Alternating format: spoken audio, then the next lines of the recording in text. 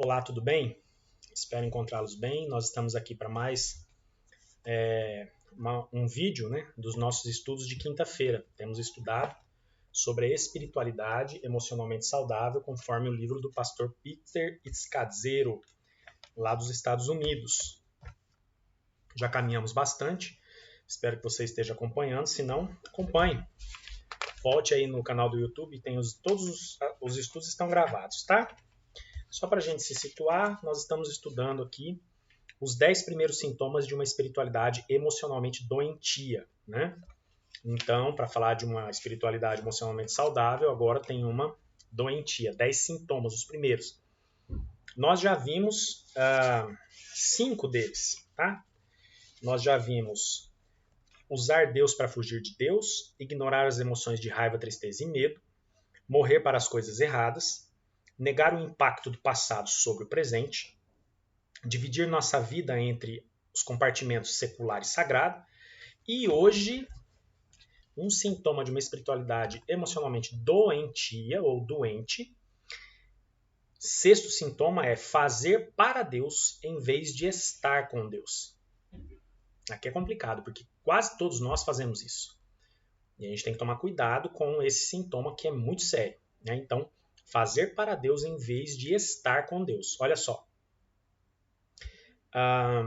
O que ele traz aqui por trás dessa ideia é que nós ocidentais, especialmente os ocidentais, utilizamos aí a ideia do cumprir tarefas, né, como altas prioridades. Então, ele diz o seguinte: durante a maior parte da minha vida cristã, eu quis saber se os monges eram verdadeiramente cristãos. O estilo de vida deles me parecia escapista.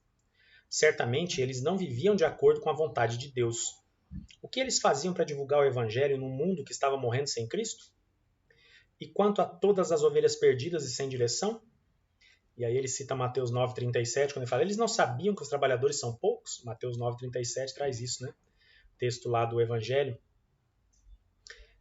Então, a ideia aqui é que muitas pessoas dizem que orar e desfrutar a presença de Deus sem uma outra razão que não seja apenas o deleite da sua presença é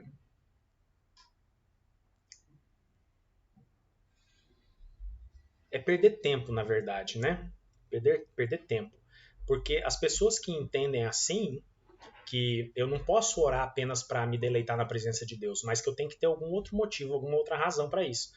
E quando não há um outro motivo, uma outra razão, significa que eu estou perdendo tempo, tem muita coisa para ser feita, Deus nos confiou as boas novas do Evangelho para a gente proclamar essas boas novas e a gente não está fazendo nada, a gente fica orando e se deleitando em Deus. Muito bem.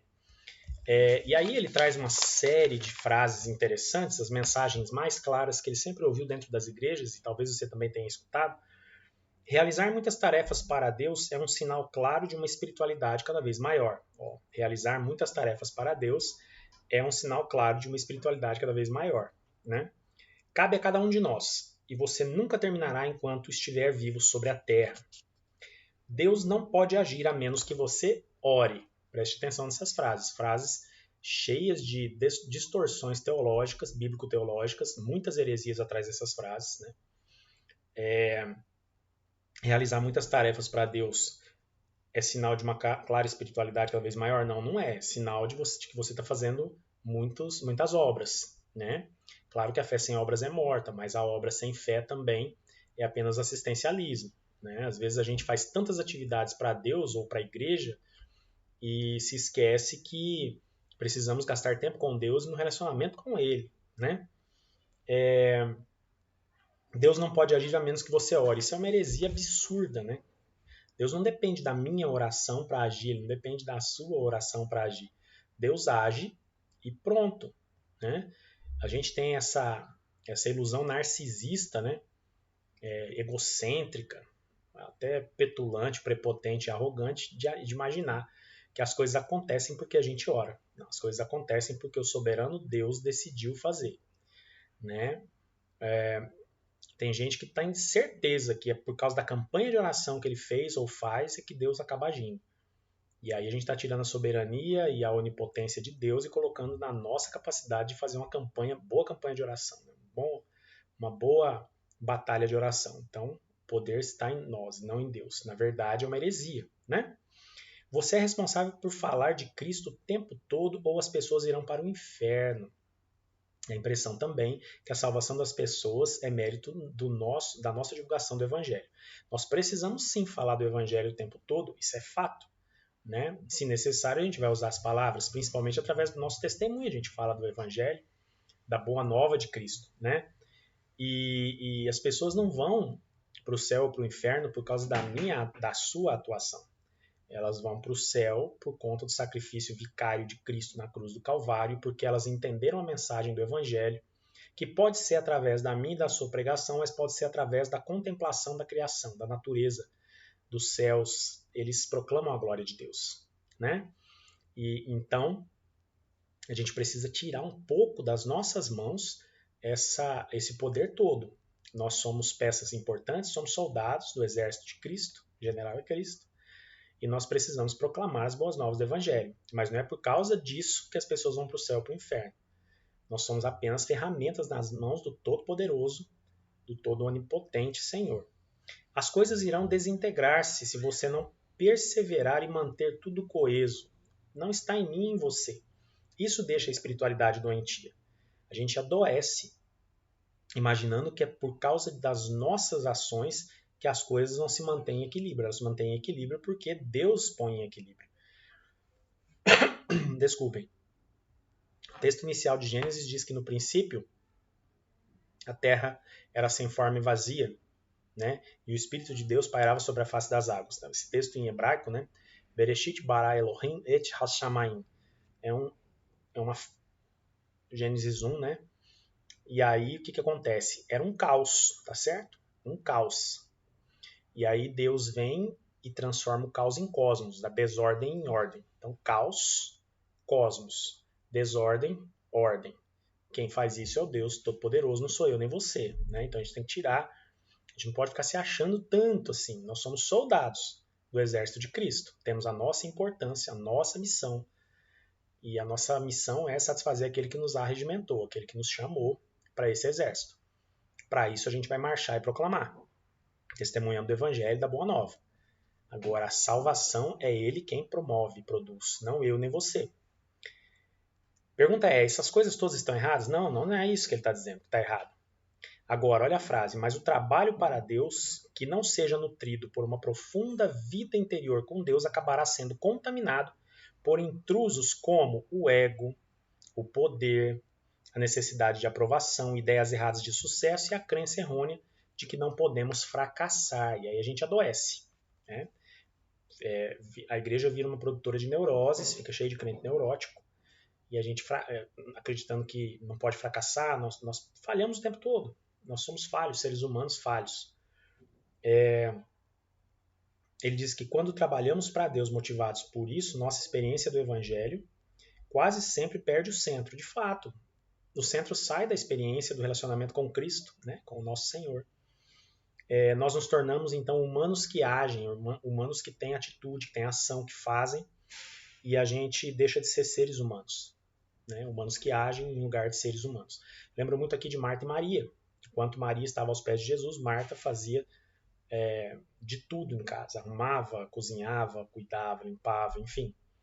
E ela ainda briga com Maria. Jesus diz, Maria escolheu a melhor parte. Jesus não está desconsiderando todo o trabalho de Marta. Se as igrejas não fossem repletas de Martas, as igrejas não andariam. Né? Precisamos de pessoas para fazer as coisas.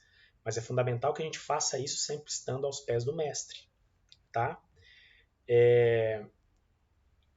Ele vai encerrar assim, essa ideia que ele está trazendo com essa frase. Nossas atividades para Deus podem apenas fluir adequadamente de uma vida com Deus. Então, tudo que a gente faz como Martas, todas as atividades que exercemos na igreja, na escola, no trabalho, com a família, na vizinhança, só passa a fluir de maneira adequada quando a gente tem uma vida com Deus. Senão não faz sentido, né?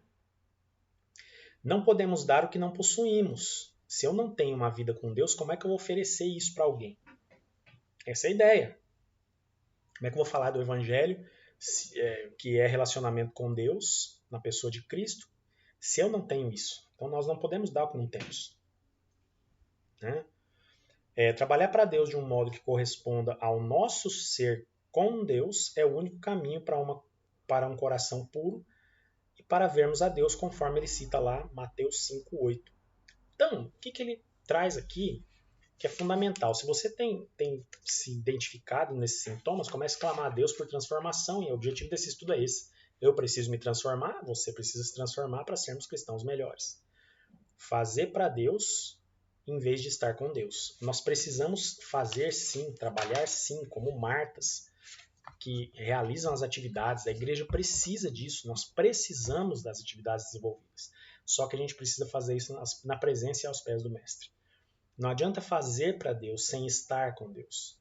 Eu não vou ter poder algum de influência ou de persuasão ou resultados interessantes da minha mensagem do Evangelho se eu estou propagando aquilo que eu não tenho ou não vivencio. Se eu não tenho relacionamento e vida com Deus, como é que eu vou propagar, proclamar, pregar isso?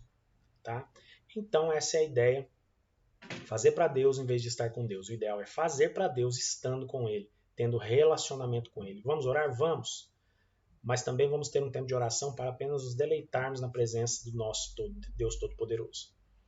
Espero que tenha sido interessante e pelo menos tenha provocado reflexão. A ideia é criar provocações de reflexão em torno da espiritualidade. Tá? A espiritualidade é fundamental na caminhada e na vida cristã. Se eu e você não temos uma espiritualidade emocionalmente saudável, nós estamos fadados a naufragar nesse mar aí que se chama vida cristã, na grande tarefa, grande missão que nos foi dada de proclamar o Evangelho. E quando necessário, a gente vai utilizar as palavras. Na maioria do tempo, a nossa vida é que precisa apresentar a boa nova do Evangelho e a salvação através do entregar a vida para o senhorio de Cristo. Que Deus abençoe você, abençoe sua família nessa quinta-feira, que você tenha aí um final de semana abençoado, e a gente se vê num próximo vídeo de devocional ou de estudo. As devocionais de segunda a sexta, estudo de quinta e desse da espiritualidade. No domingo de manhã nós temos estudado o livro do Apocalipse. Deus abençoe você, Deus abençoe sua família e até o nosso próximo vídeo, nosso próximo estudo.